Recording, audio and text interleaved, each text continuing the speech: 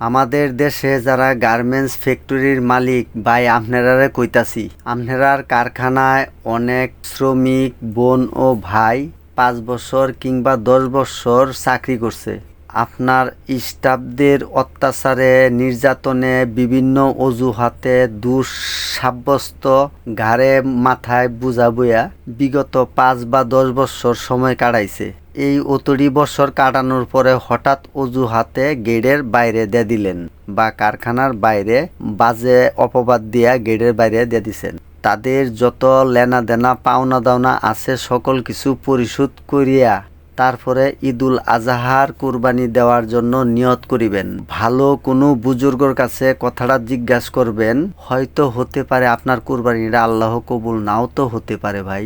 হয়তো দেখা গেল অনেক শ্রমিক বোন ও ভাইয়েরা আপনার সাথে যোগাযোগ করতে গিয়া ব্যর্থ হয়েছে বা আপনি সংযোগ পাইছেন, পরের বার আর ওদের ফোন রিসিভ করছেন না। এমন মালিক ভাইদের বলবো যে আপনারা সেই রক্ত পানি করে শ্রম দেওয়া আপনার ফ্যাক্টরিতে 5 বছর বা 10 বছর শ্রম দেওয়া যে টাকাটা পাওনাদার হইছে, ওই পাওনাটা আপনি পাই টু পাই পরিশোধ করিয়া তাদের মাথা হাতাইয়া দাবি হুসকাইয়া আপনি কুরবানির নিয়ত করবেন। আর না হইলে হয়তোবা আপনার মনের আশা আল্লাহ তাআলা কবুল নাও করতে পারে। অন্যথায় আপনি একজন ভালো বুজুর্গর কাছে কথাটা পরামর্শ বা জানিয়ে দেখবেন যে কথাটা সঠিক না ভুল।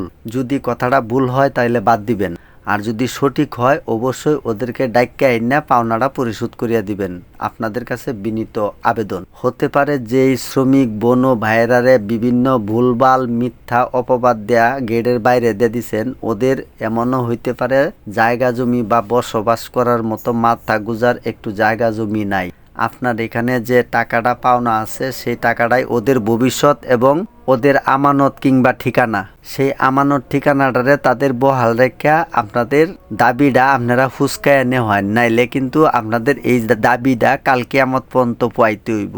এটা আমার কোনো মন গড়া কথা না, আমি কোনো বিশেষজ্ঞ বা বিজ্ঞ আলেম ওলামাদের কাছ থেকে জানার পরে আপনাদের সাথে কথাটা শেয়ার করলাম, এবং আমার কথাটা অবশ্যই আপনারা মনে কিছু নিন না, যে কারণ অনেকেরই সামনে পরে অনেকেরই সামনে পাই তাদের চোখের পানি বা আর্তনাদ মনে হয় আল্লাহর আরশ কাঁপা শুরু হয়েছে। বিদায় আপনারা যারা মালিক পক্ষ আছেন, এরকম আপনার কারখানা বা ফ্যাক্টরিতে দুর্ঘটনা ঘটছে বা হয়ে গেছে, এই শ্রমিক বোন ও ভাইদের প্রতি আপনারা একটু সদয় দৃষ্টি দেন এবং আপনাদের মনের আশা আল্লাহ কবুল করুন, আমিন।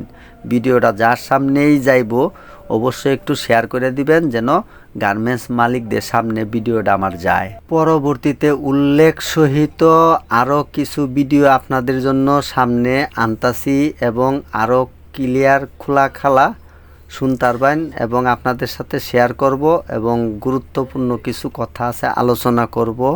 সবাই শুনবেন মনোযোগ দিয়ে। সবাই ভালো থাকবেন, সুস্থ থাকবেন, এই শুভকামনায়। আল্লাহ হাফেজ।